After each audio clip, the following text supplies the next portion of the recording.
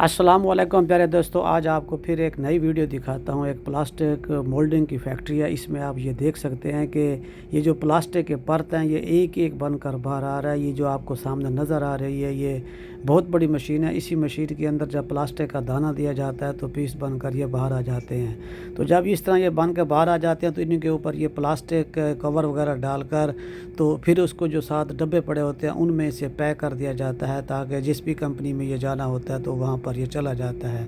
इस तरह का काम यानी कि कोरिया में बहुत ज़्यादा होता है और तकरीबन इस कंपनी में भी बहुत सारी मशीनें हैं। अब ये देखें, ये बाल्टियाँ बन रही हैं प्लास्टिक की।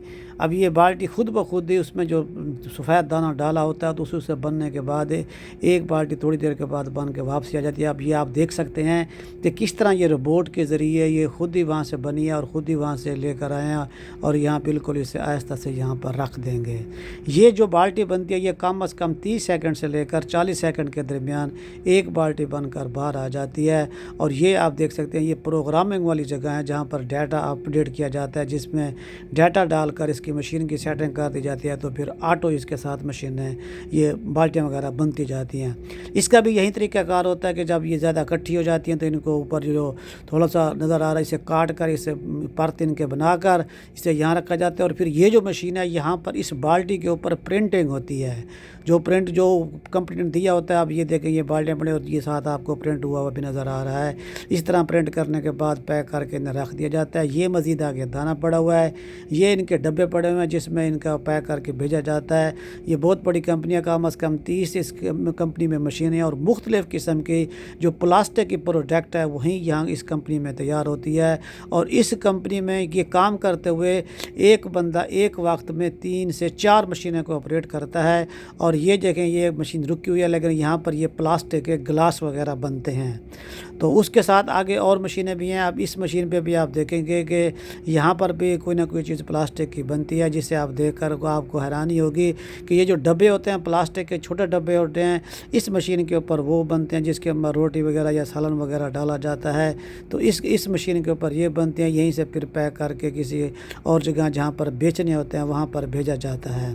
अब यहाँ पर आप जब आप देखेंगे तो जो पहले आपने बाल्टी देखी थी उस बाल्टी का जो कवर होता है, जो ढक्कन होता है, इस मशीन के ऊपर वो ढक्कन तैयार किया जाता है। आप ये ना समझें कि हर काम आसान होता है। ये एक प्रोग्रामिंग होती है, तरतीब होती है, डिज़ाइनिंग होती है, उसके बाद ये चीज़ें तैयार की जाती हैं ताकि लोगों के रेफरेंस के लिए बनाया जाए। अब ये आपको सामने एक वर्कर काम करता हुआ भी नज़र आ रहा है। अब ये एक बंदा 3 मशीनें ऑपरेट कर रहा है। ये देखें वहीं बक्स है, ये जो उसको ऊपर हल्की सी जो लंबी सी ये सफ़ेद जो नज़र आ रही है इसको काट कर यहाँ से यहाँ बंदा खड़ा होता है, इसे फिर पैक करके यहाँ डब्बों में बंद कर देता है, जो कि दूसरी कंपनी में जाते होते हैं या मार्टों के ऊपर भेज देते हैं। अब ये जो बंदा सामने आपके सामने काम कर रहा है, ये बंदा एक मशीन के ऊपर 3 मशीनों को कवर करता है। और ये जो छोटे पीस होते हैं ये ज़रा जल्दी ख़त्म होते हैं और जो बड़े पीस होते हैं वो ज़रा लेट ख़त्म होते हैं। लेकिन इस पीस के भी कम अज़ कम 25 सेकंड लगते हैं एक पीस के तैयार होने में।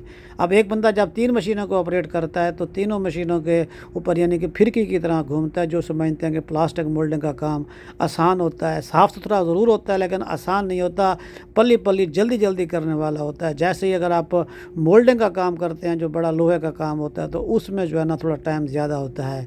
अब ये एक एक पीस को काटने के बाद ये थोड़ा वो छोटे डब्बे थे, ये थोड़े बड़े डब्बे हैं। इनके ऊपर ये हल्की सी कटिंग करके फिर इन्हें दोबारा इकट्ठे करके इन्हें पैक करके तो डब्बों के अंदर रख देगा।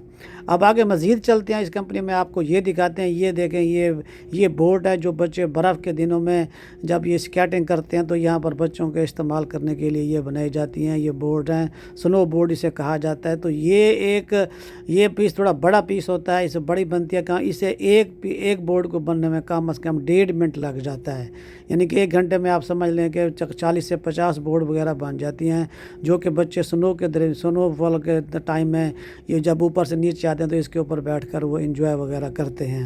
ये थोड़ी बड़ी मशीन है और इसकी जो डाई है वो भी बड़ी है। अब आगे जाकर इसकी आप डाई का भी नज़ारा करेंगे।